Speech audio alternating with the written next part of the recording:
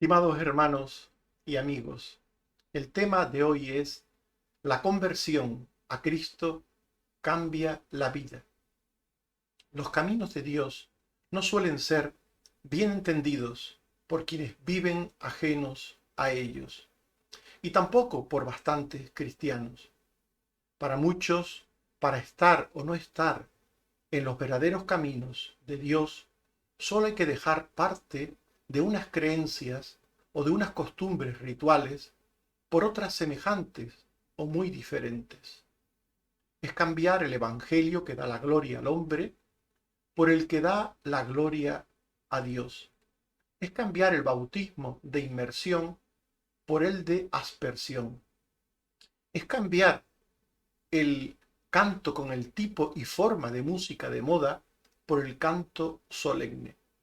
En definitiva, según el pensamiento de algunos, para estar en el camino verdadero, tiene que haber un cambio nominal de ideas y de costumbres religiosas.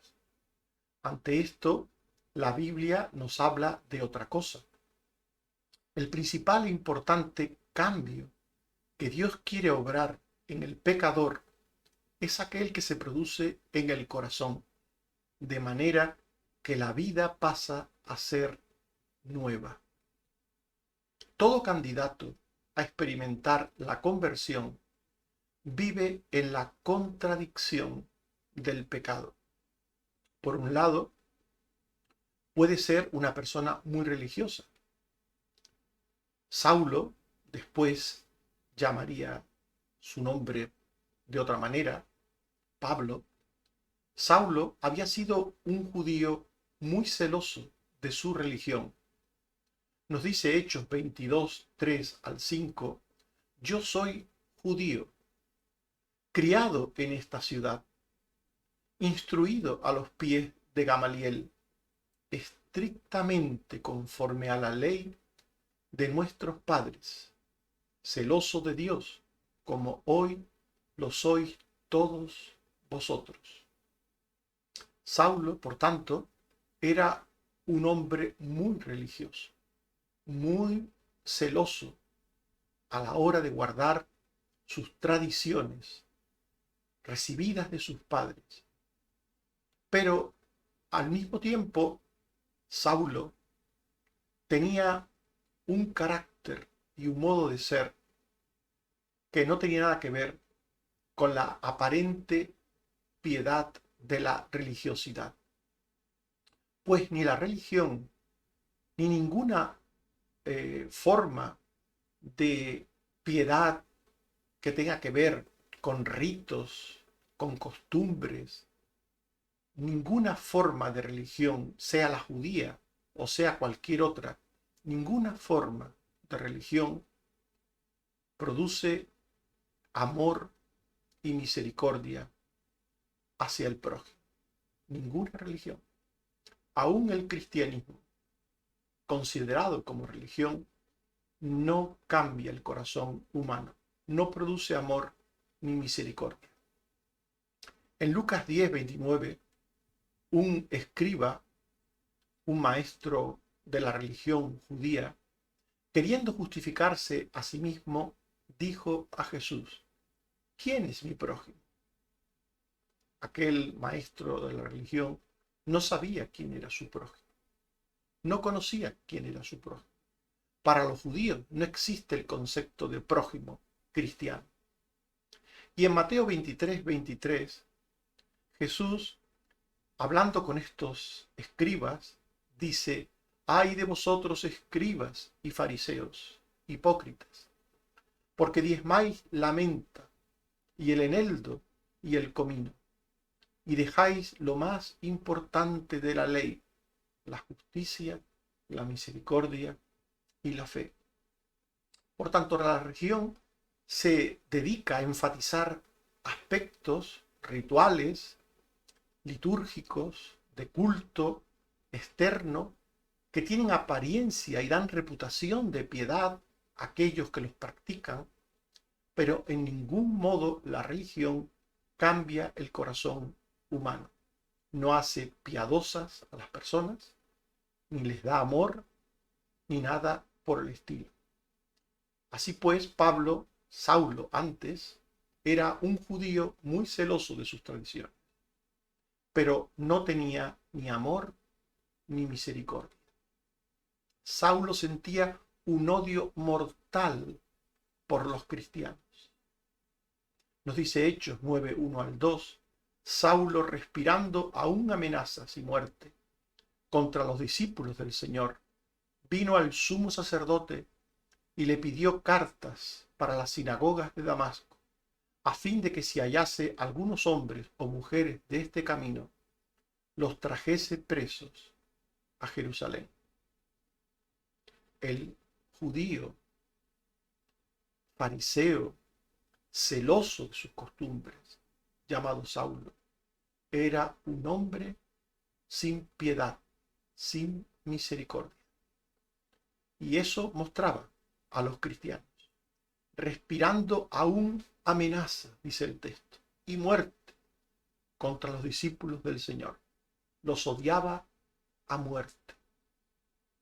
Por tanto, Pablo era una persona muy religiosa, pero al mismo tiempo era una persona inmoral. Pues como hemos visto, la religión no quita el pecado del corazón, no quita el odio, no quita el rencor, no quita la envidia, no quita ninguna de esas actitudes que llevan al ser humano a tener un comportamiento malvado con su prójimo. La religión convive con la maldad humana. Y convive con la maldad humana porque la necesita para que coexistan sus contradicciones. En la religión hay contradicciones tremendas entre lo que se dice y lo que se hace. Y solamente desde la maldad una persona puede albergar al mismo tiempo un concepto sobre Dios, sobre el bien, sobre el mal. Puede albergar esas cosas y un comportamiento cruel e injusto con su prójimo. Saulo se había entregado a la persecución feroz de los cristianos. Nos dice Hechos 22:4, perseguía yo este camino hasta la muerte, prendiendo y entregando en cárceles a hombres y mujeres. Perseguía yo este camino hasta la muerte, dice Saulo. Y dice Hechos 26:11, y muchas veces castigándolos en todas las sinagogas, los forcé a blasfemar, y enfurecido contra ellos, los perseguí hasta en las ciudades extranjeras. Un hombre cruel, así era Saulo. Era un asesino cruel y pío al mismo tiempo. Cruel porque en su corazón había odio, había una actitud criminal hacia los cristianos, y pío porque supuestamente era un adorador de Dios, un conocedor de Dios, un devoto de Dios. Pues este hombre, asesino cruel y pío de cristianos, perseguía a los discípulos por todas partes. La religión le permitía combinar ambos extremos, crueldad y piedad, actitudes de odio con actitudes de presunto sentimiento de fe hacia Dios.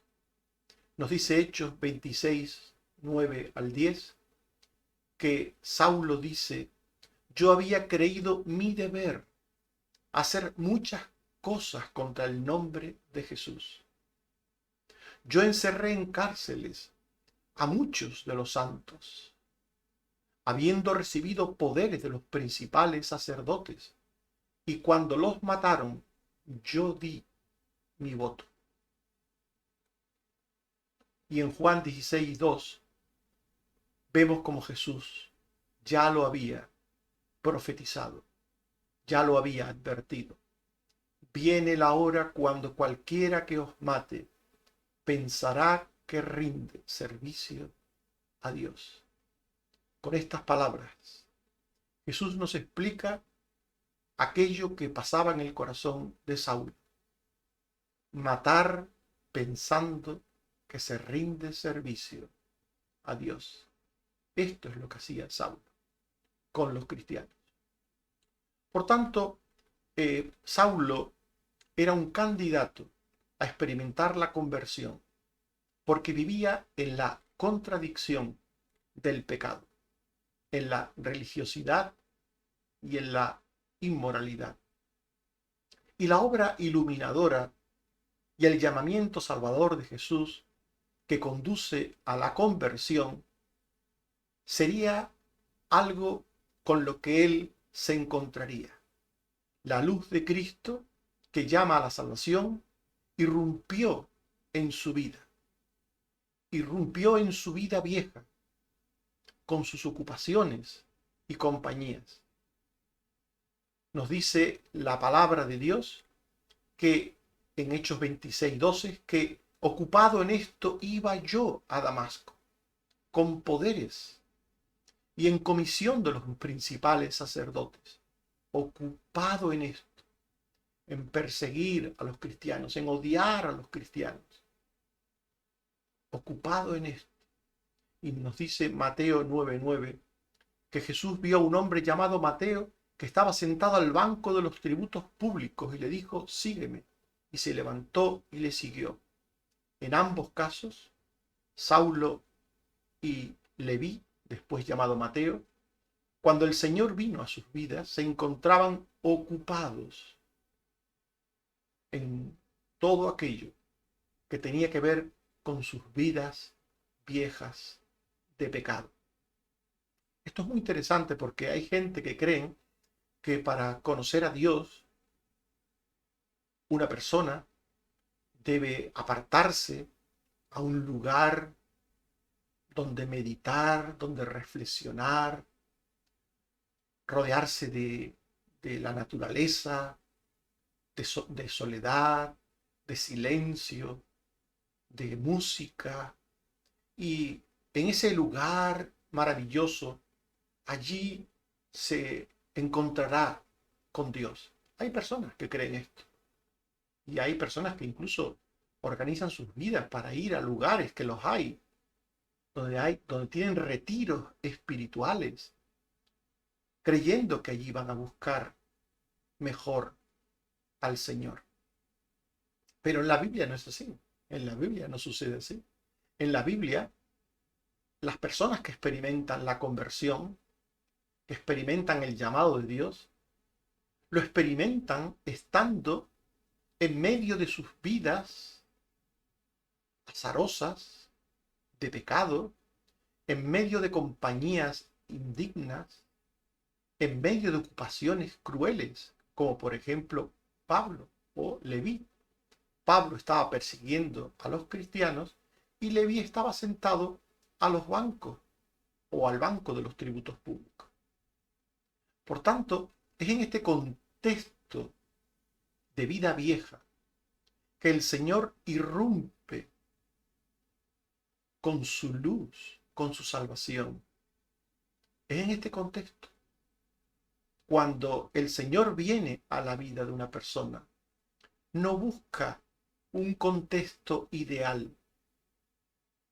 La salvación de gracia busca a los pecadores cuando éstos están inmersos en sus pecados, cuando éstos están ocupados en sus actividades inmundas, indignas.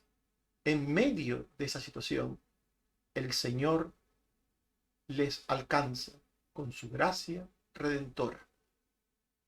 Nos dice Hechos 26:13, cuando a mediodía, oh rey, yendo por el camino, recuerden que Pablo iba persiguiendo a los cristianos, hemos leído antes, ocupado en esto iba yo, cuando a mediodía, oh rey, yendo por el camino, vi una luz del cielo que sobrepasaba el resplandor del sol la cual me rodeó a mí y a los que iban conmigo. En medio de su persecución a los cristianos, Jesús se aparece con salvación. Jesús dijo en Mateo 9:12 que los sanos no tienen necesidad de médicos, sino los enfermos. Jesús vino a buscar a pecadores, a llamar a pecadores al arrepentimiento. No es de extrañar, por tanto, que Dios llame a los pecadores donde éstos se encuentran. Donde éstos se encuentran. Los llame con su luz, con su gracia, en sus contextos, donde éstos viven, donde éstos realizan sus actividades, con sus compañías. Pablo iba junto a unos soldados de camino, persiguiendo a los cristianos, y en esa situación, dice él, vi una luz del cielo. Vi una luz del cielo. La repentina luz de Dios nos humilla.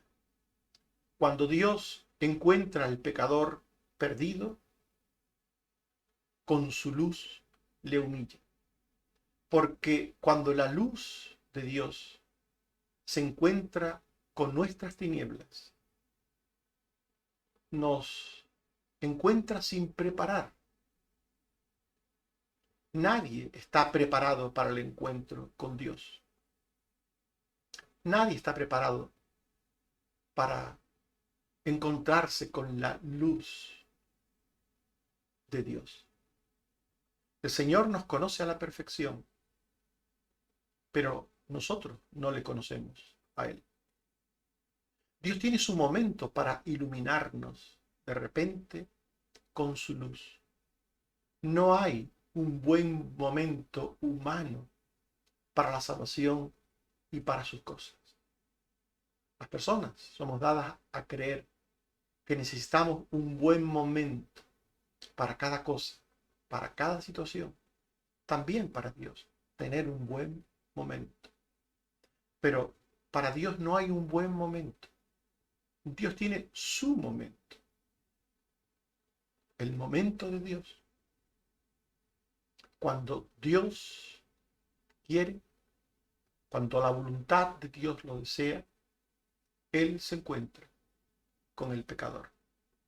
Esté este en el vientre de un pez, esté este en una cruz, crucificado junto al Señor, como el buen ladrón, esté este persiguiendo a Jesús, como Saulo, esté este sentado al banco de los tributos públicos, como Leví, esté donde esté el pecador, Dios se encuentra con él. Hechos 22:6 dice, yendo yo al llegar cerca de Damasco, como a mediodía, de repente me rodeó mucha luz del cielo. De repente. Dios no avisa. No hay un aviso. No hay un aviso como esto que nos envía la Seguridad Social, SMS que nos envía al teléfono para recordarnos una cita que tenemos con algún tipo de médico. Mañana tiene usted cita con el médico. Mañana tiene usted cita con Dios. Mañana tiene usted cita con Dios que va a llamarlo, va a salvarlo, va a venir a su vida. No existe tal cosa. De repente me rodeó mucha luz del cielo. En el momento de Dios. En el momento de su voluntad. Él viene a la vida de una persona. Está muy ocupada en lo que sea o no lo esté. Cuando el momento iluminador de Dios llega, queda en evidencia nuestra ignorancia sobre Dios y sobre sus cosas. Y el gran conocimiento que Dios tiene sobre nuestras personas y sobre nuestras vidas. En Hechos 22, 7 al 8, se nos dice que Saulo dice, y caí al suelo. Y oí una voz que me decía, Saulo, Saulo, ¿por qué me persigues? respondí, ¿quién eres, Señor? Y me dijo, yo soy Jesús de Nazaret, a quien tú persigues.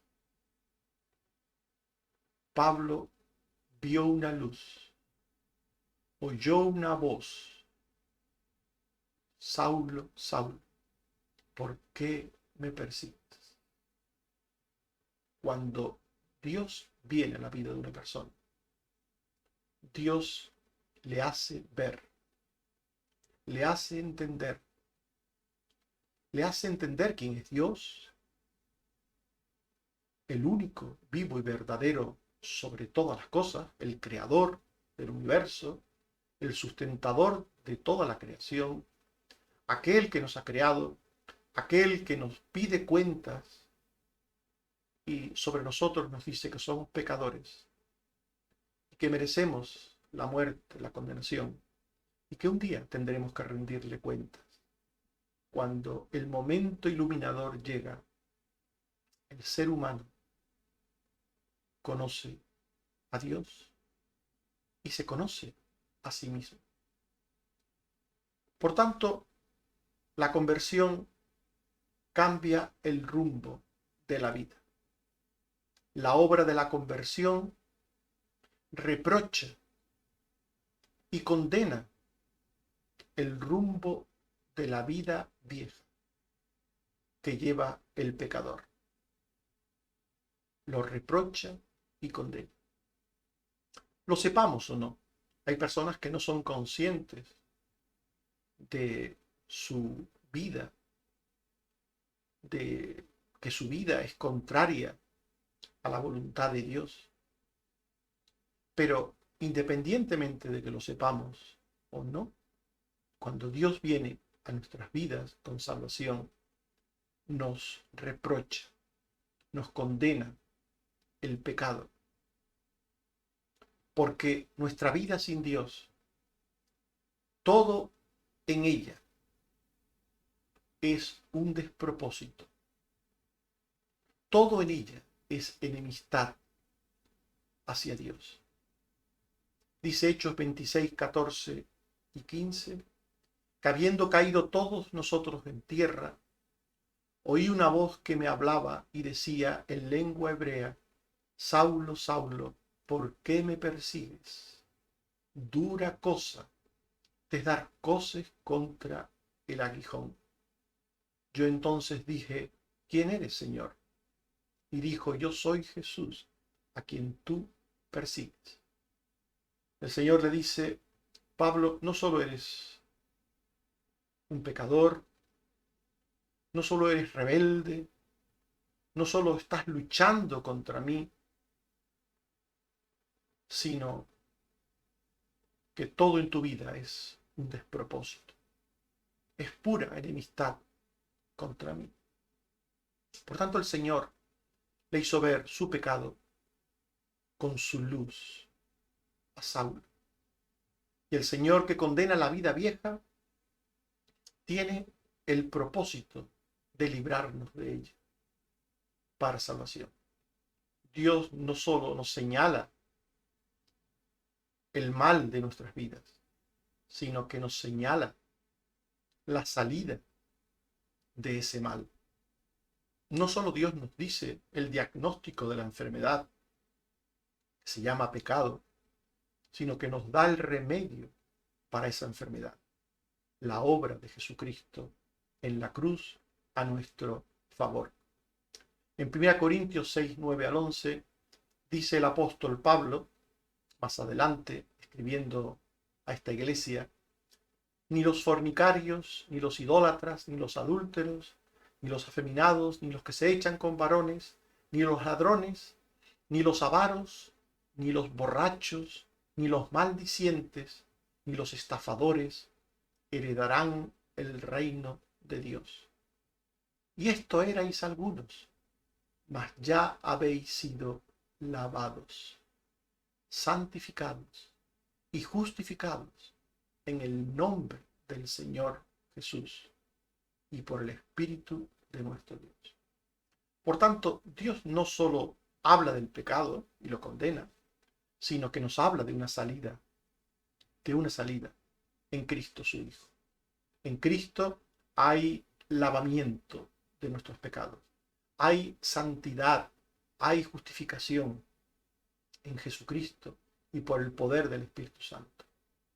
Por tanto, el encuentro iluminador del pecador con Dios en la conversión es un encuentro en el que el pecador conoce a Dios, conoce su pecado, conoce que el pecado merece la muerte, pero también conoce que Dios en Cristo ha provisto un camino de salvación, un medio para llegar a Él.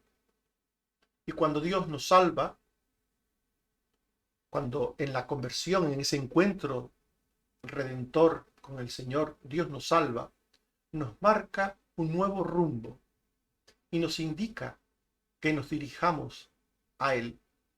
Dios cambia la dirección y propósito de nuestro viaje a Damasco. No olviden, Saulo iba a Damasco. Iba a Damasco a matar cristianos. Iba a matar cristianos.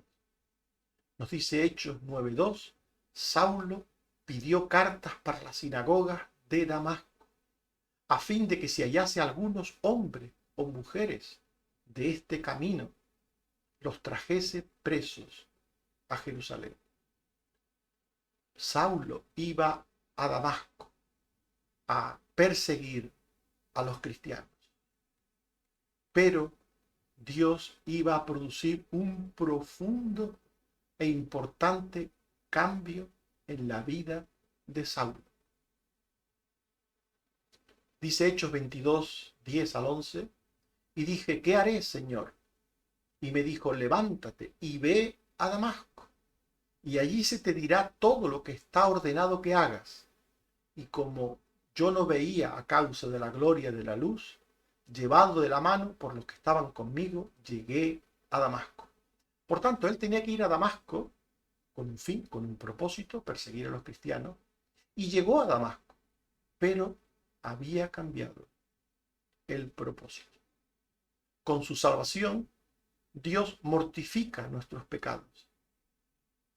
Dios quiere que el pecado muera en nosotros, para que muriendo el pecado, sigamos la senda de la obediencia a su justicia.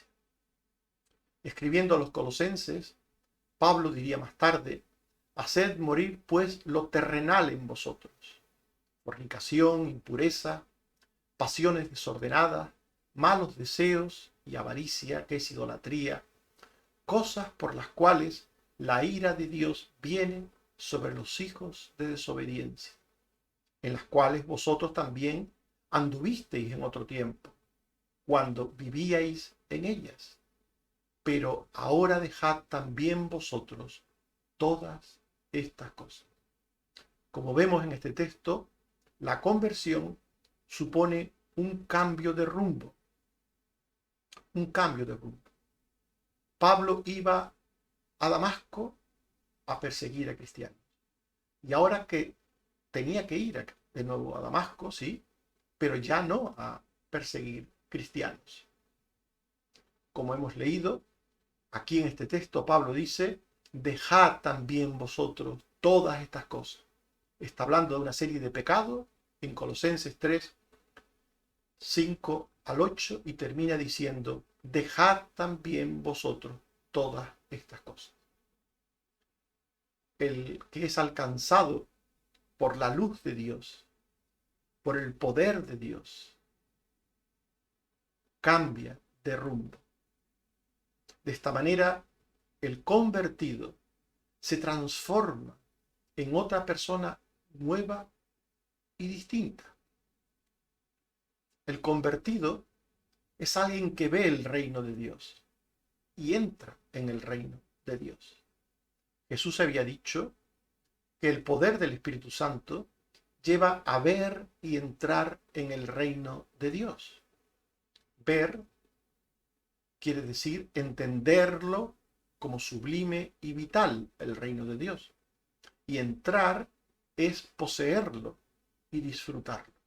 Por tanto, el Señor quiere que entendamos el reino de Dios, que lo entendamos como sublime, como vital, y que entremos en él, que lo poseyamos disfrutándolo. En Juan 3, 3 al 6, Jesús dijo, de cierto te digo, que el que no naciere de nuevo no puede ver el reino de Dios. El que no naciere de agua y del Espíritu no puede entrar en el reino de Dios. Lo que es nacido de la carne, carne es, y lo que es nacido del Espíritu, Espíritu es. Por tanto, Dios quiere que nuestro camino a Damasco, que nuestro viaje de la vida cambie de propósito. Saulo tenía que ir a Damasco y fue, pero no fue a perseguir cristianos, no fue a perseguir cristianos. No. Nos dice Hechos 22, 12 al 13, que entonces uno llamado Ananías, varón piadoso según la ley, que tenía buen testimonio de todos los judíos que allí moraban, vino a mí y acercándose me dijo, hermano Saulo, recibe la vista. Y yo en aquella misma hora recobré la vista y lo miré. Pablo no fue a perseguir cristianos a Damasco, fue a encontrarse con ellos. Fue a encontrarse con ellos. Y uno de ellos, Ananías, usado por Dios, le hizo recuperar la vista. Como saben, en la visión iluminadora de Jesucristo, Pablo quedó ciego, Saulo quedó ciego. Y ahora, en Damasco, junto a un cristiano llamado Ananías, Pablo recupera la vista. Por tanto, Pablo es lo mismo. Saulo era el nombre anterior, Pablo es el nuevo nombre que adoptará Saulo al llegar al cristianismo, se llamará Pablo. Cuando llega a Damasco, lo hace con otro propósito. No perseguir, sino juntarse con los cristianos, unirse a los cristianos. Dice Gálatas 1, 11 al 12, 15 al 16, hermanos, el evangelio anunciado por mí no es según hombre, pues yo ni lo recibí ni lo aprendí de hombre alguno, sino por revelación de Jesucristo. Pero cuando agradó a Dios que me apartó desde el vientre de mi madre y me llamó por su gracia, revelar a su Hijo en mí, para que yo le predicase entre los gentiles. Pablo, entiende el propósito eterno de Dios para él. El convertido entiende y acepta no solo su salvación, sino el propósito que Dios tenga para su vida. El Señor quería hacer de Saulo un poderoso testigo del Evangelio. Un poderoso testigo, ¿por qué? Porque había sido antes enemigo del Evangelio. Un gran enemigo del Evangelio. Y ahora, después de llegar a ser un hijo de Dios, pasó a ser un predicador, un inmenso predicador del Evangelio. Nos dice Hechos 26, 16 al 18, que Dios le dijo a Saulo, me he aparecido a ti para ponerte por ministro y testigo de las cosas que has visto y de aquellas en que me apareceré a ti, librándote de tu pueblo y de los gentiles, a quienes ahora te envío, para que abras sus ojos, para que se conviertan de las tinieblas a la luz y de la potestad de Satanás a Dios, para que reciban por la fe que es en mí perdón de pecados y herencia entre los santificados. Dios tenía un propósito personal para Pablo, su salvación, pero también tenía un propósito para otros muchos a través de Pablo.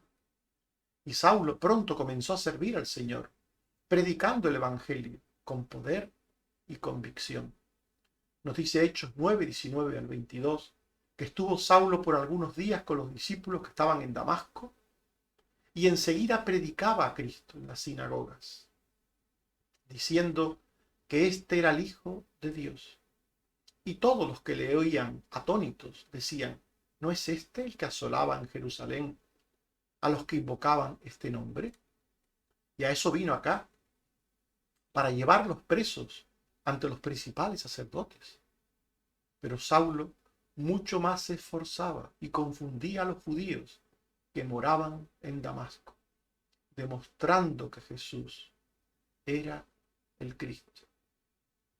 El apóstol Pablo, aquel que antes se llamaba Saulo, se convirtió en un poderoso predicador de la salvación para la gloria de Dios. Nos dice Gálatas 1:13, 18 y 22 al 24, que Pablo decía, ya habéis oído acerca de mi conducta en otro tiempo en el judaísmo, que perseguía sobremanera a la iglesia de Dios y la asolaba.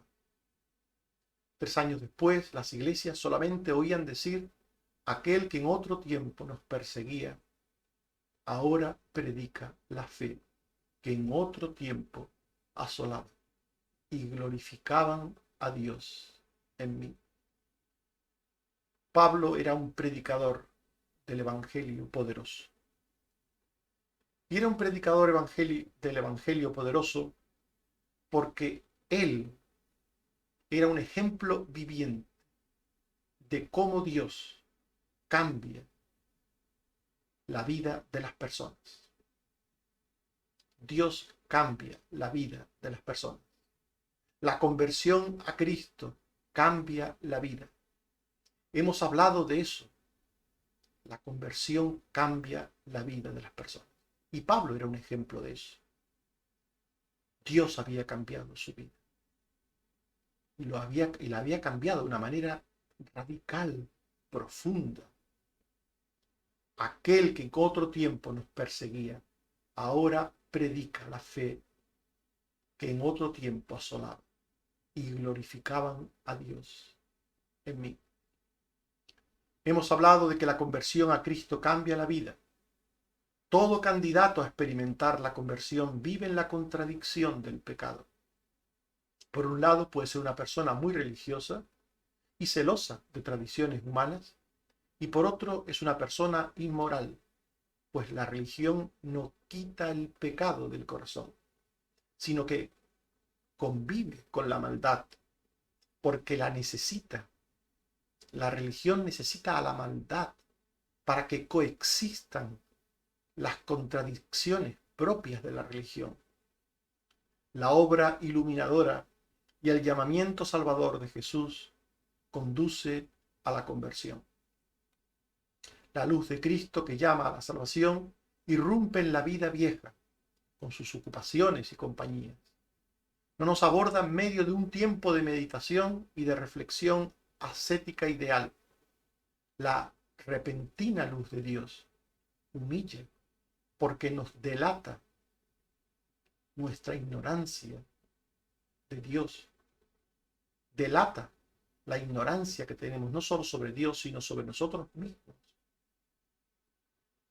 La conversión cambia el rumbo de la vida. La obra de la conversión reprocha y condena el rumbo de la vida vieja y tiene el propósito de librarnos de ella por su salvación. Y cuando nos salva, nos marca un rumbo nuevo y nos indica que nos dirijamos a Él.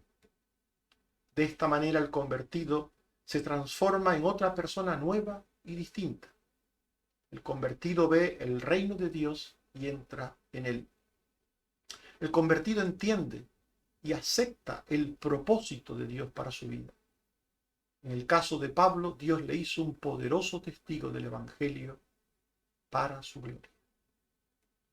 Colosenses 3, 1 al 3 dice el apóstol Pablo, si pues habéis resucitado con Cristo, buscad las cosas de arriba, donde está Cristo, sentado a la diestra de Dios. Poned la mira en las cosas de arriba, no en las de la tierra, porque habéis muerto y vuestra vida está escondida con Cristo en Dios. Que el Señor nos ayude. Que el Señor nos ayude de manera que la conversión a Cristo, si la hemos experimentado de verdad, cambie nuestras vidas. Amén.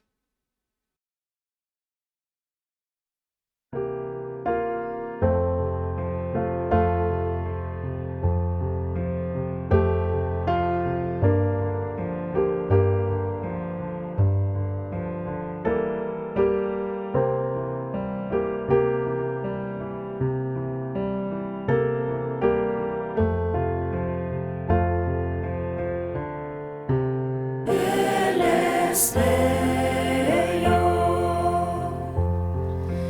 Él es santo, dio su vida por mi salvación. Él es tierno, compasivo,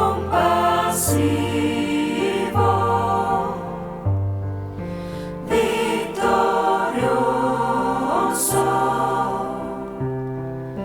Salvador.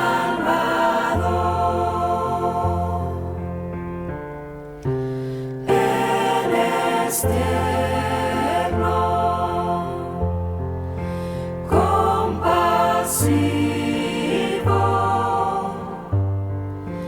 victorioso,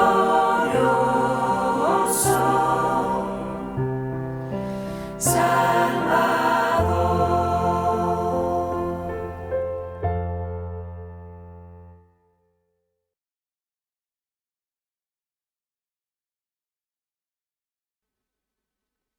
Oremos.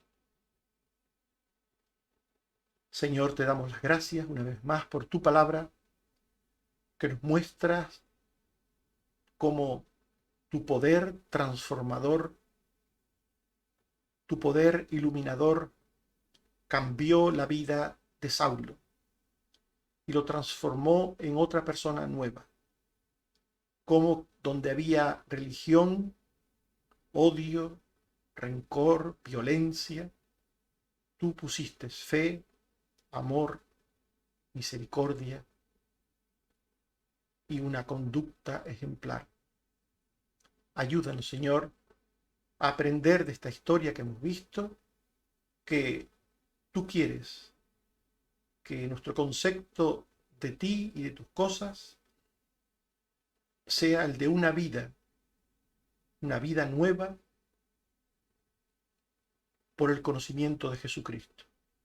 Líbranos, Señor, de confiar en ritos religiosos, en tradiciones religiosas, en formas humanas de entender y de hacer las cosas, y ayúdanos a entenderte a ti y a tu luz y a tu salvación de manera tal que seamos nuevas personas, para la gloria y para la honra de tu nombre.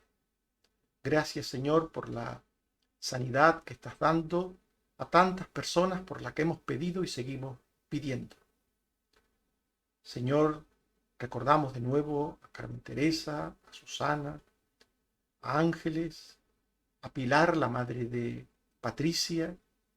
Seguimos recordando a Moisés, el hijo de Antonio y Bárbara.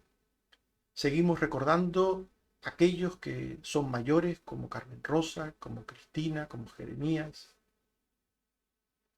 Te seguimos pidiendo por los que están expuestos a la enfermedad de la pandemia y por los que por cualquier otra razón te necesitan, Señor. Tú tienes el poder, tuya es la gracia, y en ti esperamos y confiamos. Gloria a tu nombre. Por Jesucristo, tu Hijo. Amén. Que el Señor nos bendiga a todos. Amén.